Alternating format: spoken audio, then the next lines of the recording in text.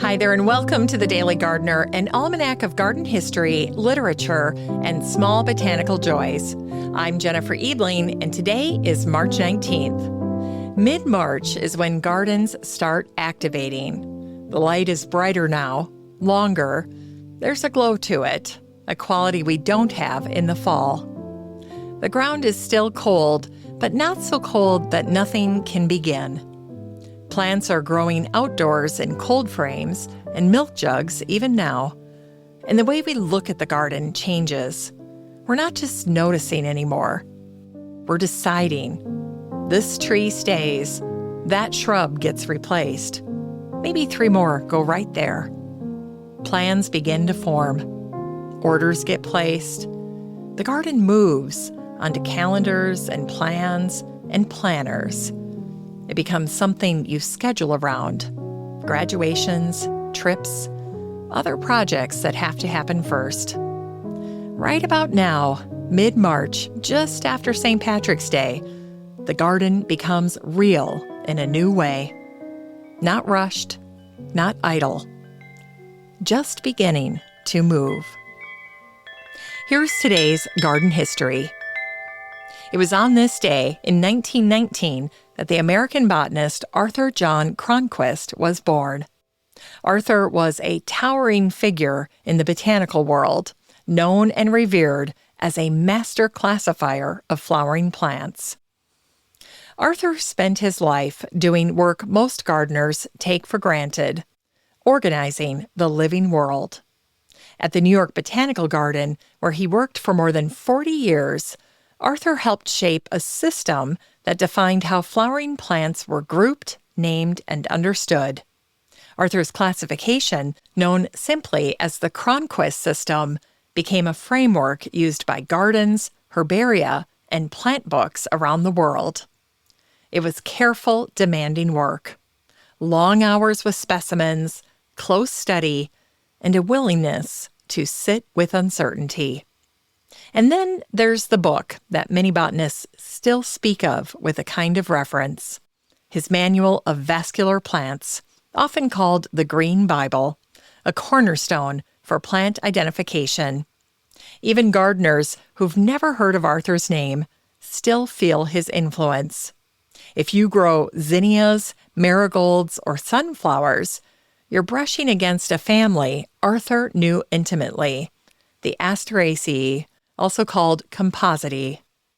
Arthur believed that understanding plants meant seeing relationships, not just beauty, but lineage. In March of 1992, Arthur suffered a heart attack while studying a plant specimen at Brigham Young University's herbarium in Provo, Utah. He died doing what he loved, looking at plants closely and seeing more than just beauty. And it was on this day in 1920 that the Indian naturalist and conservationist Zafar Futehally was born in Bombay, now Mumbai. He grew up in Andheri at a time when it was still one of the greener edges of the city. Leafy lanes, low houses, gardens with room for a child to linger. In one of those gardens, a magpie robin began to appear, not once, not as a novelty, but again and again. And even though he was just a little boy at the time, Zafar Futehally noticed the pattern. Magpies are not quiet birds. They sing early, they sing clearly, and they arrive as if they belong. Across cultures, magpies have always carried meaning, counted in nursery rhymes, 1 for sorrow, 2 for joy. And in parts of South Asia, the magpie robin itself was argued over, a bird of joy and renewal, but also, at times, an ill omen. A dawn singer whose voice could be welcomed or chased away. Magpies are common birds, which is precisely why they matter. Zafar did not need to look for rarity to be convinced that nature was worth loving. He paid attention to the common magpie robin on his garden wall, and long before he had words for it, he understood what thoughtful birdwatching required: stillness, patience, curiosity, and discernment. You had to know what you were looking at. As an adult, Zafar returned again and again to that same kind of deliberate attention, that nature was not something to visit. It was something to observe and learn from, to experience firsthand. During his long stewardship of the newsletter for birdwatchers, Zafar gathered a quiet community across India: gardeners, walkers, amateurs, all kinds of people who sent in observations, first sightings, and notes about familiar birds arriving a little earlier or a little later than the year before. Small records, shared attention, learning, and affection. Zafar once wrote, "Communication without words is something special. When it happens, you fall in love." For Zafar Futehally, that kind of communication often happened with birds. And the memory of that first bird, the bird of his childhood, the magpie robin, stayed bright within him. Bright enough that when his memoir was published posthumously, it carried the title Zafar had been living toward all along: The Song of the Magpie Robin. In today's Unearthed Words, we hear an excerpt from Charles Sauriol, the Canadian naturalist whose diaries captured the changing landscape of the Don River Valley in Toronto. On this day, March 19th in 1938, Charles wrote in his journal, "We have a visitor. A long, winding trail of tunneled earth flanked tool room, etc., and ended in a hummock of earth inside.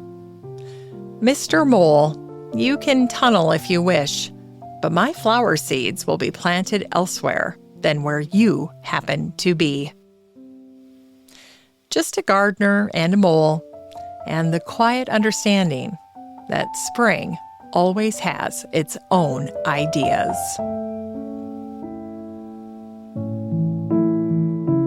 It's time to grow that garden library with today's book, Sissinghurst, The Dream Garden by Tim Richardson.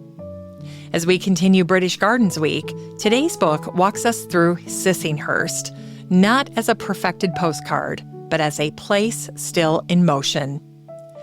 Tim lingers in the rooms Vita Sackville West and Harold Nicholson carved out. Hedges first, clipped tight, year after year. Then paths that surprise you around a corner. Tim steps into the nuttery, that quiet pocket of hazel and hornbeam, where the light shifts all day long, cool and close.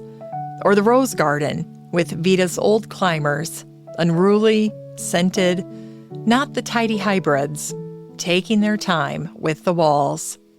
And Tim stays for what comes after their hands. Head gardeners tending, revising, holding the spirit without pinning it down. Because even the most famous gardens push back. They grow uneven. They resist finishing. And they ask to be practiced. One hedge, one season, carried forward. And finally, here's something sweet to ignite the little botanic spark in your heart.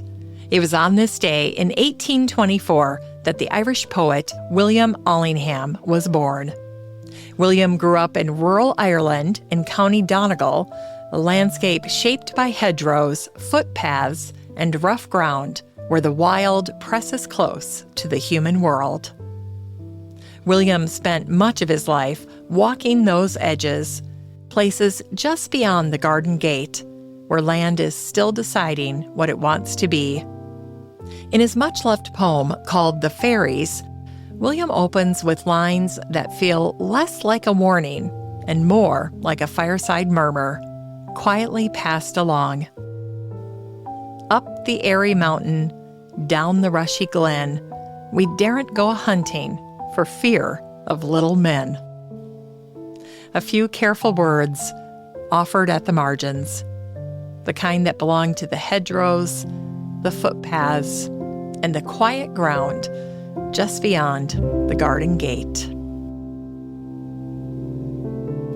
As we close the show today, remember, the days are stretching out again, but there will still be plenty of gray days between now and April. That's just true. But even on the days that look unchanged, things are happening. The ground is shifting. Fences and gates have started to heave a little as the freeze lets go. And in the middle of all of that, the garden starts to slowly receive visitors. A bird that returns, a small tunnel where you don't expect it, a song at dawn, a seedling that is now a sapling. The earliest arrivals are the first guests of spring. Thanks for listening to The Daily Gardener, and remember, for a happy, healthy life, garden every day.